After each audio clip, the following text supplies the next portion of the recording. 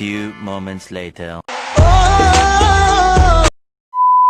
दोस्तों, क्या आपने कभी ये सोचने की तकलीफ की है कि हम में से ज़्यादातर लोगों को, स्पेशली स्टूडेंट्स को, पढ़ाई करते वक्त इतना ज़्यादा नींद क्यों आती है और पढ़ाई से उठने के बाद नींद गायब?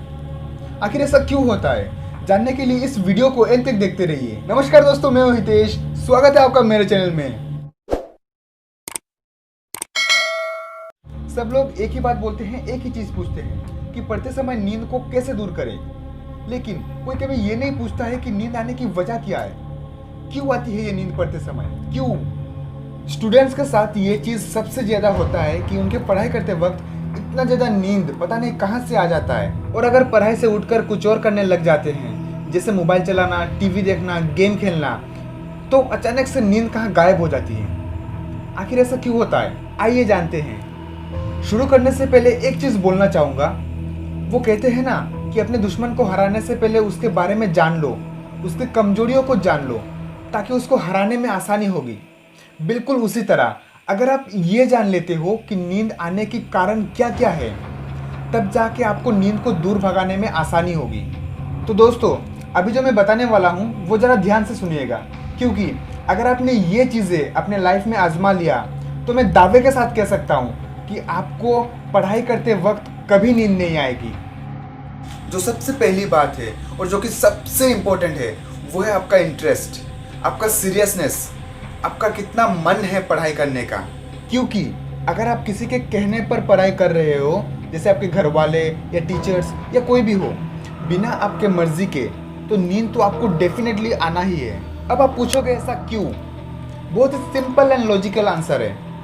अगर आप ऐसा कुछ कर रहे हो किसी के कहने पर जिसमें आपका कोई इंटरेस्ट नहीं है, कोई इच्छा ही नहीं है, आपके अंदर से आवाज़ नहीं आ रही है, आप सीरियस नहीं हो उस चीज़ को लेकर, तब आप बोर हो जाते हो और अल्टीमेटली आपको नींद आ जाती है। अब इसका सॉल्यूशन क्या है?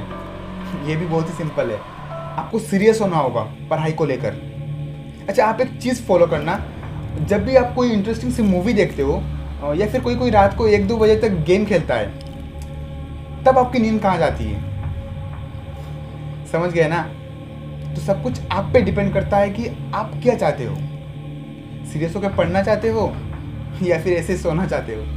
आप एक बात समझ लीजिए, दिमाग में डाल लीजिए या फिर कहीं पे लिख लीजिए कि अगर आप ज़िंदगी में सफल होना चाहते हैं, सक्सेसफुल बनना चाहते हैं, या फिर कुछ बड़ा करना चाहते हैं दूसरों से अलग, तो पढ़ाई तो आपको करना होगा ही। चाहे वो स्कूल कॉलेज की किताबें हो, धर्म ग्रंथ हो, या फिर बड़े बड़े ऑथर्स की फेमस बुक्स हो। दूसरा इंपॉर्टेंट चीज़ है कि आपको पढ़ते वक्त ज़्यादा कंफर्टेबल नहीं होना है। जैसे सोफे पे बैठ के आराम से नहीं पढ़ना है, बिस्तर पे लेट के आराम से नहीं पढ़ना है। बिस्तर पे तो पढ़ना ही नहीं है, क्योंकि अगर बिस्तर पे पढ़ोगे तो पहले आप जाके बैठोगे, फिर थोड़ा झुकोगे, उसके बाद आप पूरा लेट के सो जाओगे। और ये मेरा खुद का भी एक्सपीरियंस है। और अगर फैन, एसी या कूलर का हवा खाते हुए पढ़ाई करने बैठोगे तो नींद नहीं आएगी तो और क्या आएगी। इसीलिए पढ़ाई करते वक्त ज़्यादा आराम नहीं करना है, कंफर्टेबल नहीं होना है। As you all know, no pain no gain. तीसरा इंपॉर्टेंट चीज़ ये है कि आप जहाँ भी पढ़ाई करते हो वहाँ प्रॉपर लाइट होना चाहिए, ना कम ना ज़्यादा, पूरा बैलेंस्ड होना चाहिए। पढ़ाई के लिए एक अलग सा लाइट होता है, आप चाहो तो वो भी यूज़ कर सकते हो। और पढ़ते वक्त ज़ोर ज़ोर से पढ़ना चाहिए, ना कि मन ही मन में, ताकि नींद आने की पॉसिबिलिटीज़ कम हो और आप जल्दी सीख भी लोगे। क्योंकि यहाँ पे 2 एक्शंस हो रहे हैं। पहला तो आप पढ़ रहे हो, दूसरा आप साथ ही साथ सुन भी रहे हो, और बीच बीच में ब्रेक्स भी लेना चाहिए। इससे लेजीनेस भी दूर होता है और मेमोराइजिंग पावर भी बढ़ता है। अब एक और इम्पोर्टेंट चीज़ है, जो लोग डिजिटली पढ़ाई करते हैं, जैसे मोबाइल फ़ोन्स, कंप्यूटर एक्सेट्रा से, उनको भी इन सब चीज़ों का ध्यान रखना है जो मैंने बताया है।